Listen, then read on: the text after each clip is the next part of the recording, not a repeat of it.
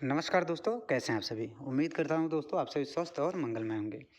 दोस्तों इस वीडियो में हम बात करने वाले हैं विज्ञान के टॉप 30 प्रश्न के बारे में, जो कि दोस्तों रेलवे के लिए बहुत ही इंपॉर्टेंट होने वाला है। क्योंकि दोस्तों रेलवे में दोस्तों 25 से 30 नंबर इसका वेटेज रहता है सभी एग्ज़ाम में, चाहे वो ग्रुप डी का हो, एनटीपीसी हो, रेलवे, लोको पायलट हो, कोई भी हो, सभी में इसका वेटेज बहुत ही ज़्यादा होता है। चलिए दोस्तों देर न करते हुए चलिए क्वेश्चन को शुरू करते हैं। पहला क्वेश्चन है, कैल्शियम हाइपोक्लोराइड का आणविक द्रव्यमान कितना होता है। दोस्तों आणविक द्रव्यमान से मतलब है जितना भी उसमें तत्व रहेंगे उन सभी के द्रव्यमान को आपस में जोड़ देना, उसी को बोलते हैं आणविक द्रव्यमान। कैल्शियम हाइपोक्लोराइड को और क्या बोला जाता है दोस्तों, ब्लीचिंग पाउडर। ब्लीचिंग पाउडर या फिर विरंजक चूर्ण, याद रखिएगा, ब्लीचिंग पाउडर या फिर विरंजक चूर्ण। इसका सूत्र क्या होता है दोस्तों, CaOCl2। ये पुराने एनसीईआरटी के बेस पर है, इसी के बेस पे अभी तक चल रहा है दोस्तों, लेकिन नए एनसीईआरटी में इसका फार्मूला चेंज है। नए एनसीईआरटी में इसका फार्मूला है CaOCl, इसका दोस्तों होल ट्वाइस, इसका नए वाले के बेस पे है। तो पुराने वाले के हिसाब से चलेंगे दोस्तों, कैल्शियम का हो जाएगा दोस्तों 40 प्लस O का, वो ऑक्सीजन का हो जाएगा दोस्तों 16, क्लोरीन का होगा दोस्तों 35.5, मतलब 35 दूनी 70 और आधा आधा 71 हो जाएगा, ये 71 हो जाएगा, 71 हो जाएगा दोस्तों। इसको ऐड करेंगे तो हो जाएगा 127 AMU, ए एटॉमिक मास यूनिट, AMU। तो इसका आंसर हो जाएगा दोस्तों ऑप्शन नंबर ए, बिल्कुल सही आंसर हो जाएगा। ऑप्शन नंबर ए इसका सही आंसर हो जाएगा। अगला क्वेश्चन है, फ्लेमिंग के बाएं हाथ के नियम के अनुसार कौन सी उंगली चुंबकीय क्षेत्र की दिशा को प्रदर्शित करती है। फ्लेमिंग के बाएं हाथ के नियम के अनुसार कौन सी उंगली चुंबकीय क्षेत्र की दिशा को प्रदर्शित करती है। बहुत ही इंपॉर्टेंट क्वेश्चन है दोस्तों। इसका आंसर हो जाएगा दोस्तों तर्जनी। ऑप्शन नंबर बी इसका सही आंसर हो जाएगा, तर्जनी। कौन सी उंगली दोस्तों चुंबकीय क्षेत्र की दिशा को प्रदर्शित करता है, तर्जनी। फ्लेमिंग का बाएं हाथ का नियम है, मान लीजिए दोस्तों ये अंगूठा है, ये हो जाएगा दोस्तों तर्जनी, और ये हो जाएगा दोस्तों उसका दूसरा वाला उंगली, दूसरा वाला उंगली हो जाएगा दोस्तों। तो ये इसको बोला जाता है दोस्तों तर्जनी। ये हो जाएगा चुंबकीय क्षेत्र की दिशा, चुंबकीय क्षेत्र की दिशा, क्षेत्र की दिशा। और ये हो जाएगा दोस्तों धारा, विद्युत धारा की दिशा। तो यहाँ पर हो जाएगा दोस्तों बल की दिशा, बल। यहाँ पर हो जाएगा दोस्तों अंगूठा क्या करेगा, बल की दिशा को प्रदर्शित करेगा, याद रखिएगा। अगला क्वेश्चन है, कार्टिलेज या उपास्थि में उपस्थित अधात्री में कौन सी यौगिक पाई जाती हैं। कार्टिलेज जिसे कार्टिलेज को दोस्तों हिंदी में उपास्थि कहा जाता है, में उपस्थित अधात्री एक मैट्रिक्स पाया जाता है दोस्तों। जो मान लीजिए कोई बोन है, ये बोन है, इसमें दोस्तों ऐसे दोस्तों पाया जाता है, इसको मैट्रिक्स बोला जाता है, छोटे छोटे कोशिका को। तो इसमें कौन से यौगिक पाए जाते हैं, मैट्रिक्स किसका किसका बना होता है, कैल्शियम और फास्फोरस का। तो कैल्शियम और फास्फोरस हो जाएगा दोस्तों। कैल्शियम फास्फोरस होता है हड्डियों बोन्स के लिए बहुत ही इंपॉर्टेंट होता है, बोन्स के लिए बहुत ही इंपॉर्टेंट होता है कैल्शियम और फास्फोरस। कैल्शियम कार्बोनेट होता है दोस्तों, कैल्शियम कार्बोनेट का बहुत जगह यूज होता है। जैसे दोस्तों कैल्शियम कार्बोनेट होता है जो हमारे शरीर में हड्डी बनती है उसको बाहरी परत बनाने में कैल्शियम कार्बोनेट होता है। अंडे का जो ऊपरी परत होता है हार्ड वाला, वो भी कैल्शियम कार्बोनेट होता है। घोंघा का ऊपरी परत होता है वो भी कैल्शियम कार्बोनेट का ही होता है। याद रखिए, ये सब बहुत पूछता है दोस्तों, ग्रुप डी में, रेलवे में, ये छोटे छोटे क्वेश्चन बहुत पूछे जाते हैं। इसका आंसर हो जाएगा दोस्तों प्रोटीन और शुगर। ऑप्शन नंबर डी इसका सही आंसर हो जाएगा, प्रोटीन और शुगर, प्रोटीन और शुगर, याद रखिएगा। अगला क्वेश्चन है, एथेनॉल को 443 डिग्री केल्विन पर अतिरिक्त सांद्र सल्फ्यूरिक अम्ल के साथ गर्म करने पर कौन सा उत्पाद बनता है। एथेनॉल का फार्मूला क्या होता है दोस्तों, एथेनॉल का फार्मूला हो जाएगा दोस्तों एथेनॉल का C2H5OH, C2H5OH, याद रखिएगा C2H5OH। तो एथेनॉल को दोस्तों 443 डिग्री केल्विन पर जब गर्म करते हैं C2H5OH को गर्म करने पर किस में ये टूट जाता है दोस्तों। तो ये जाएगा दोस्तों C2H5 C2H4 में बनेगा, एथेन में, और प्लस इसके साथ H2O जल इसका बाहर हो जाएगा, H2O। तो ये जाएगा दोस्तों, ये किसका फार्मूला है C2H4 का, ये C2H4 किसका फार्मूला है देख लीजिएगा, एथीन का। हो जाएगा दोस्तों एथीन का, ऑप्शन नंबर सी इसका सही आंसर हो जाएगा। एथीन और क्या बनता है दोस्तों साथ में, जल, एथीन और जल, याद रखिएगा। एथेनॉल का फार्मूला होता है दोस्तों C2H5OH। इसको 443 डिग्री केल्विन पर गर्म करेंगे तो हो जाएगा C2 एथीन और जल के साथ ये उत्पाद बनाता है। ये कैसी अभिक्रिया है दोस्तों, कैसी अभिक्रिया है, इसको आप कमेंट करके ज़रूर बताइएगा। अगला क्वेश्चन है, निम्न में से क्या एक जैविक उत्प्रेरक के रूप में कार्य करता है? निम्न में से क्या एक जैविक उत्प्रेरक के रूप में कार्य करता है? श्लेष्मा, पाचक रस, हार्मोन्स या फिर एंजाइम्स? तो इसका आंसर हो जाएगा दोस्तों ऑप्शन नंबर डी हो जाएगा एंजाइम्स। ऑप्शन नंबर डी इसका सही आंसर हो जाएगा दोस्तों एंजाइम। अगला क्वेश्चन है, वॉशिंग सोडा के संबंध में निम्नलिखित कथनों पर विचार कीजिए। बहुत इंपॉर्टेंट है दोस्तों, वॉशिंग सोडा बहुत इंपॉर्टेंट है। वॉशिंग सोडा का दोस्तों आप लोग सूत्र कमेंट जरूर करिएगा। वॉशिंग सोडा का इसका यूज दिया है दोस्तों, बेसिकली इसका यूज दिया है, इसका वॉशिंग सोडा का कहाँ कहाँ पर यूज होता है। इसका प्रयोग बोरेक्स बनाने में होता है, ये बिल्कुल सही कहा गया है। इसका प्रयोग बोरेक्स बनाने में होता है, ये बिल्कुल सही कहा गया है। इसका प्रयोग ग्लास और साबुन में किया जाता है, वह ये भी बिल्कुल सही कहा है। एनसीईआरटी में सभी लाइन एग्जैक्ट दिया गया है दोस्तों, इसको अलग अलग पॉइंट के थ्रू इसको क्वेश्चन बनाया जाता है। इसका प्रयोग पेपर इंडस्ट्री में किया जाता है, ये भी बिल्कुल सही है। इसका प्रयोग पेपर इंडस्ट्री में भी होता है, ये भी सही है। इसका प्रयोग पानी के टेम्प्रोरी हार्डनेस को दूर करने में किया जाता है, ये गलत है दोस्तों, ये गलत है। इसका टेम्प्रोरी हार्डनेस नहीं होता दोस्तों, ये परमानेंट होता है।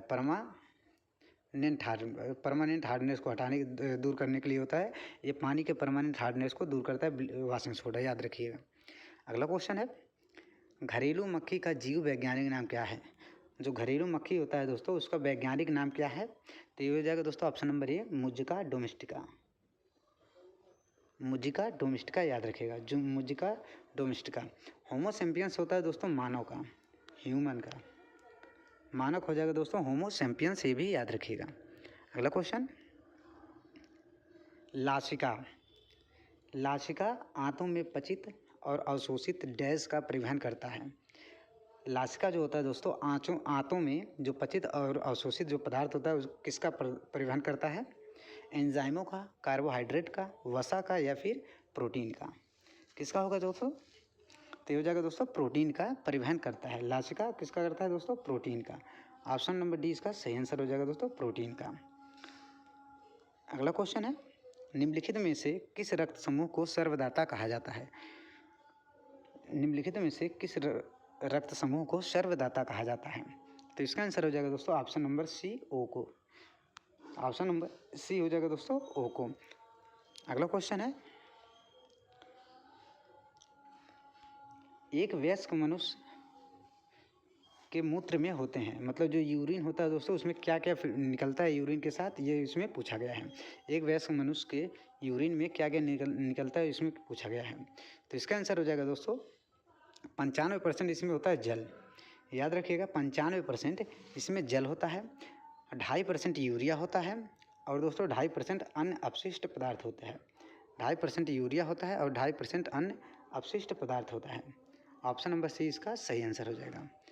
95% जल होता है, 2.5% यूरिया होता है और 2.5% इसका अलग से अपशिष्ट पदार्थ होता है। जैसे मान लीजिए नाइट्रोजन का परिवहन हो गया, कोई और मेथनोइक अम्ल हो गया, कोई और भी अपशिष्ट वेस्ट हो गया, वो सभी 2.5% में आ जाते हैं। अगला क्वेश्चन है, प्रोस्टेट ग्रंथि किसके नीचे होती है? दोस्तों अगर वीडियो अच्छी लग रही हो, कंटेंट अच्छा लग रहा हो तो चैनल को सब्सक्राइब करके वीडियो को लाइक ज़रूर करना। प्रोस्टेट ग्रंथि किसके नीचे होता है? क्वेश्चन है दोस्तों प्रोस्टेट ग्रंथि किसके नीचे होता है? तो इसका आंसर हो जाएगा दोस्तों मूत्राशय के। ऑप्शन नंबर ए से हो जाएगा दोस्तों मूत्राशय के। अगला क्वेश्चन है, रंध्र किस स्थित होते हैं? रंध्र स्थित होते हैं लाल रक्त कणिकाओं में, क्लोरोफिल में, उदर को दोस्तों आमाशय बोला जाता है, आमाशय में या फिर पत्तों में। तो रंध्र होता है दोस्तों बेसिकली पादपों का अंग रंध्र होता है पत्तों में, याद रखिएगा पत्तों में। अगला क्वेश्चन है, अभी तक वैज्ञानिकों द्वारा पदार्थ की कितनी अवस्थाएं तय की गई हैं? अभी तक वैज्ञानिकों द्वारा पदार्थ की कितनी अवस्थाएं तय गई हैं? ये हो जाएगा दोस्तों ऑप्शन नंबर सी हो जाएगा 5। ऑप्शन नंबर सी सही हो जाएगा दोस्तों 5। कौन कौन सा है दोस्तों? कौन कौन सा है?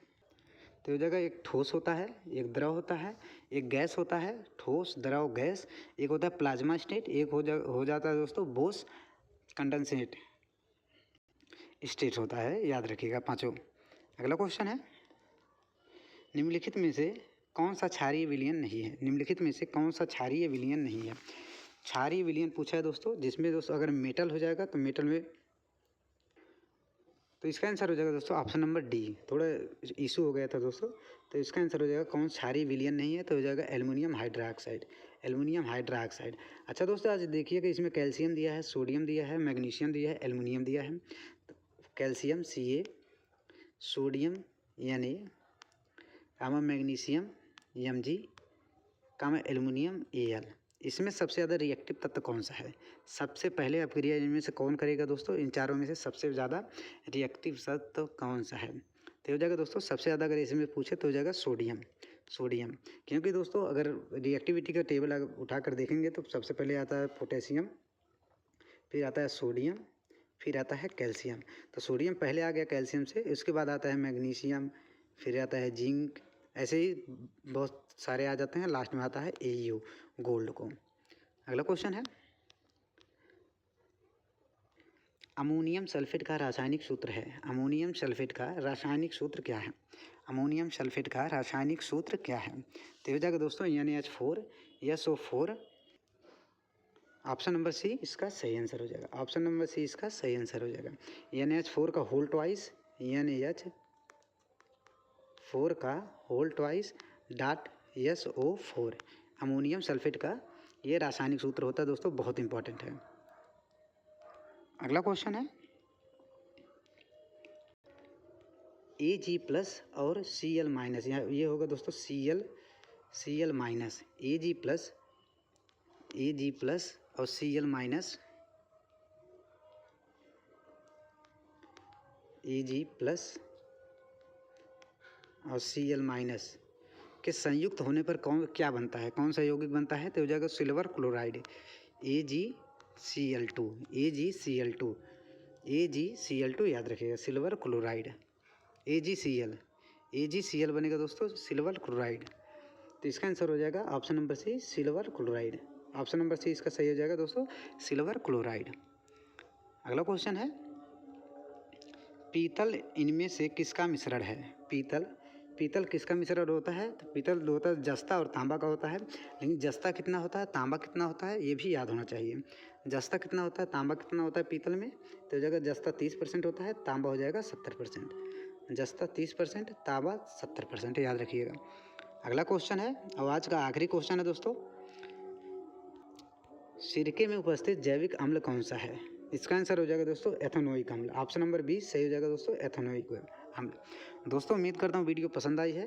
वीडियो पसंद आई हो दोस्तों, चैनल को सब्सक्राइब कीजिएगा, वीडियो को लाइक ज़रूर करिएगा। धन्यवाद।